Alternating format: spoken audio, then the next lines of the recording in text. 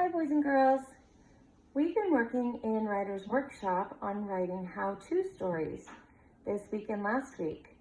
Remember, a how-to story is when we write a story to teach someone else something that we feel we are an expert at. So we're going to read a story today called How to Read a Story by Kate Mesner.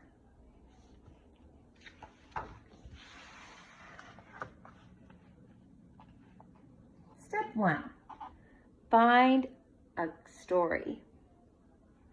It can have princesses and castles, if you like that sort of thing, or witches and trolls, as long as they're not too scary.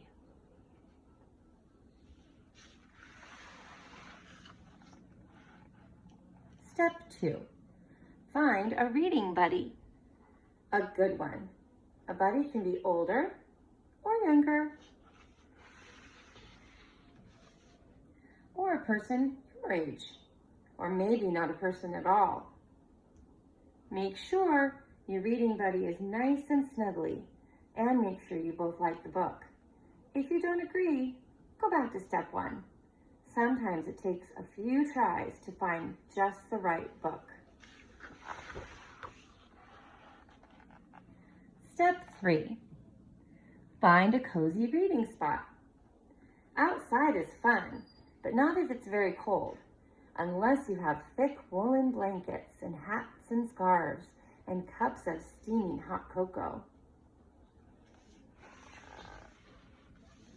And not if it's very hot, unless you have trees to shade you from the sun, a hammock to catch cool breezes, and tall glasses of icy lemonade.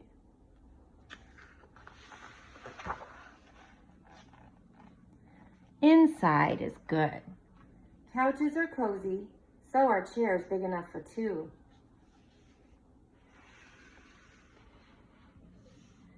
Just be careful not to get stuck.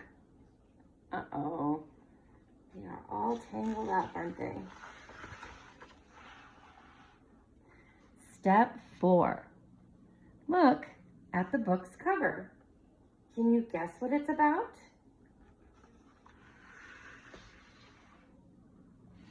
This book is called The Princess, the Dragon, and the Robot.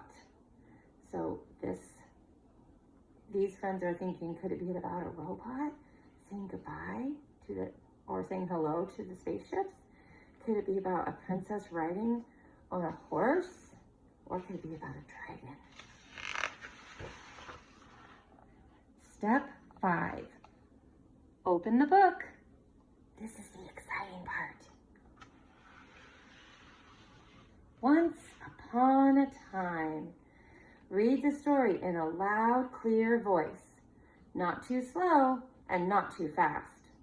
You can point to the words if you like, but you don't have to do that. And remember, in kindergarten, when we're reading just right books, we always point to our words.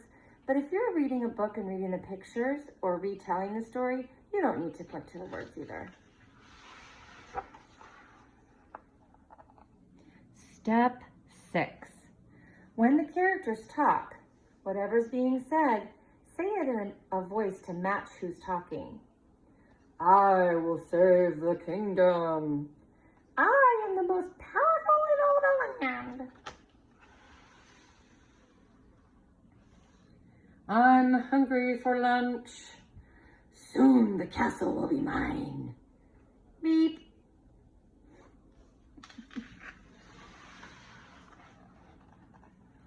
Step 7.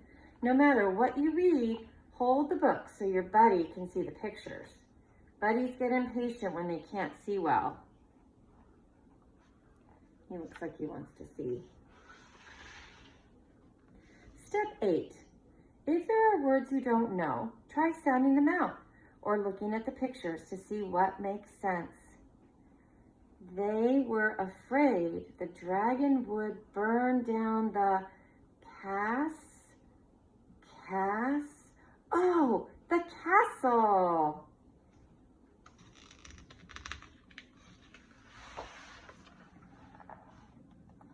If you need a break, you can pause for a minute and talk to your reading buddy to predict what might happen next.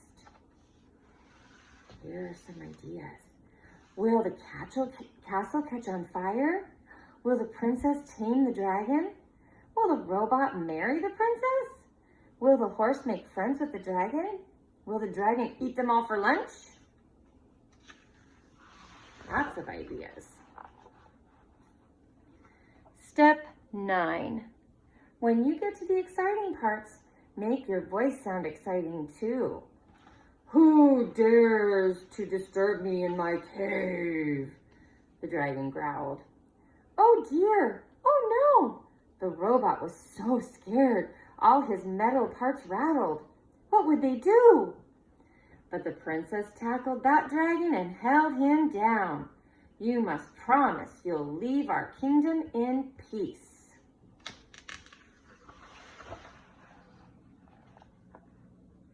When you and your buddy can't stand it a second longer, turn the page to read how things work out.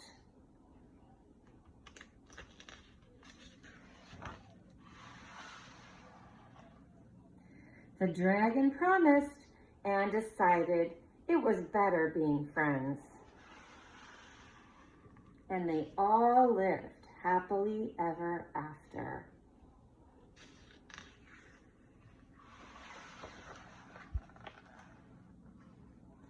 Step 10. When the book is over, say, the end. You can also say it, the end. And we do that when we read in our classroom, don't we? And then, if it was a really good story, go right back to the beginning and start all over again. The end.